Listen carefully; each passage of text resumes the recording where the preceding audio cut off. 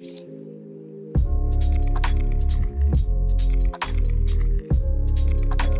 everybody, Happy New Year. Welcome to 2023 and the 2023 golf season. Hope everybody had a great, fantastic holiday and we're all primed up and getting ready to go. You know, many of us are still not playing golf yet. We're still locked up in winterland and some of us are in other areas getting to play golf. And you know, one thing about playing golf in the off season, it's always a lot of fun. And for those of us that are kind of locked up in winter climates, it's not that much fun. And I often get my students asking me, you know, what can I do to work on my golf game? You know, how can I keep my golf game going over the winter time? I'm going to show you a really simple, easy, effective drill. It's fantastic for your golf swing. It's very easy to do. It's very effective. You don't even have to swing golf clubs. So for this basic golf drill, start with your feet, you know, just outside hip width apart, hands behind the back. We want to train the body to move. We want to train the footwork. We want to put the hands behind the back. This way you're training the body to move first, and then you can add the swinging of the arms. It's important to train the feet and body to move first and then add the arms. That'll make it a lot easier as you go along. And the better you can move without the golf club, the better you will move with the golf club. So my stance, hands behind my back here. And I'm just going to do, first of all, a little forward press. So I want to increase the pressure into my lead side before I get started. And you see a lot of good players do that. They're very active with their feet in the swing. They're not starting from a static position. You'll see them stepping back and forth, waggling. And then before they take that club back, you'll see this little forward press. And they're shifting their weight toward the target and then they're pushing back. So that's kind of the trigger for the swing. And we want to incorporate that a little bit into this drill motion here so you can feel that dynamic action in your feet as you turn. So I'm set. A little bit of a counter push, that forward press. So I'm going to press here. I'm increasing the pressure in my lead foot. And then I'm going to press back into my trail foot. So counter push, forward press, push back into the trail foot, and then I'm going to push forward to the lead foot. And I'm going to get this little rocking action going back and forth using my feet, and I'm going to feel lots of pressure in my feet. I'm going to feel lots of work in my ankles. And if you notice here, my knees are starting to bend in this way. Don't be worried about letting your knees bend in. We need that. That allows the hips to turn, and good footwork makes it easier to turn in the pelvis. It makes it easier to make a dynamic body pivot and motion in the golf swing. It takes the stress off your back. A lot of time golfers that suffer with back pain, well, they have tight hips, but they're also not working very well with their ankles and feet. They have really bad footwork and tight ankles, and that just goes right up the chain through the body. So again, your counter push, then I'll go back and forth. You've got this good footwork. You might feel like you're bobbing a little bit back and forth. That's fine. You don't stay level in the golf swing. There's a dynamic up and down action, which is very natural. And then I'm going to start increasing the motion. And you can see my body starts to turn a little bit more. I'm getting more active in my feet, more push. And when I'm going back here to complete this full turn now, I'm moving from lead side into the trail side, lots of pressure here, and I'm pushing down into that foot as I go to the top of the backswing. And my right leg might straighten out a little bit, and you can see how this hip turns and goes back. I'm getting this great pelvis rotation. Lead knee comes in, and the heel comes up off the ground. You know, if your heel comes up, don't worry about that. It's actually a good tip for those of you that suffer with a little bit of mobility problems, restriction in your hips, and you have some back problems. Let that lead heel come up on the backswing. That'll take the load off your lumbar area, that lower back, and make it easier to turn. So I'll do that, going to the top here.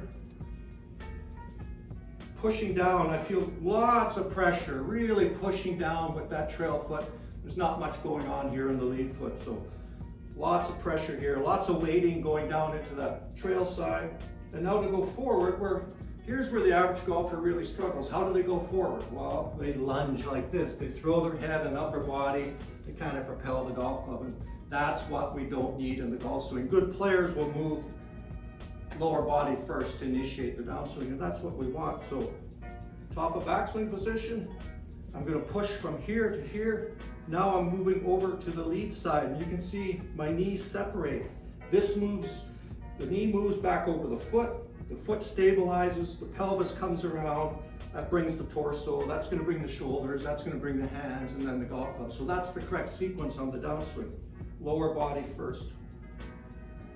And this foot stays flat on the ground initially. I'm not coming off the foot too fast. And I see a lot of golfers do this and they're throwing the club out like that.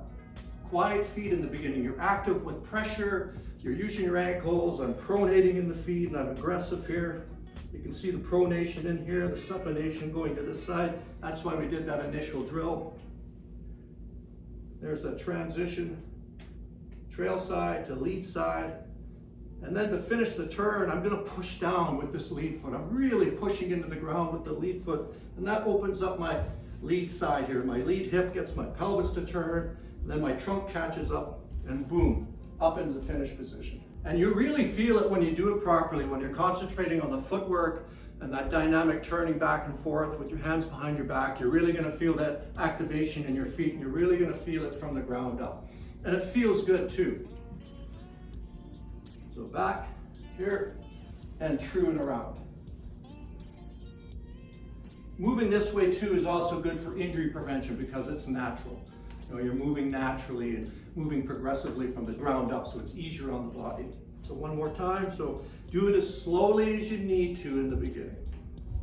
Back, counter push, press to the top, I feel that load and weight, and then back to this side, and then boom and around.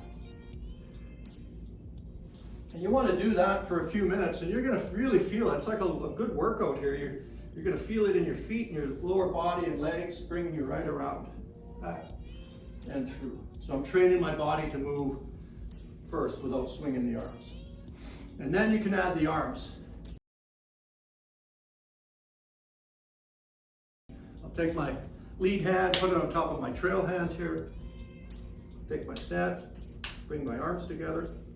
And I want to move my hands and arms, but I'm going to use my footwork. I'm going to use my body pivot. So here, back, just doing that same action, that pressure shift in the feet, active with the feet, back, and through, and then increase the range of motion.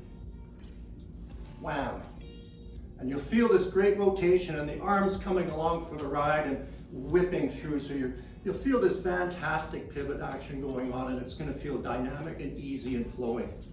One more time here, back, forth. I'm active with my lower body and my feet, getting good footwork going on. I'm using my footwork to move my arms and my trunk. Here, wham, and around.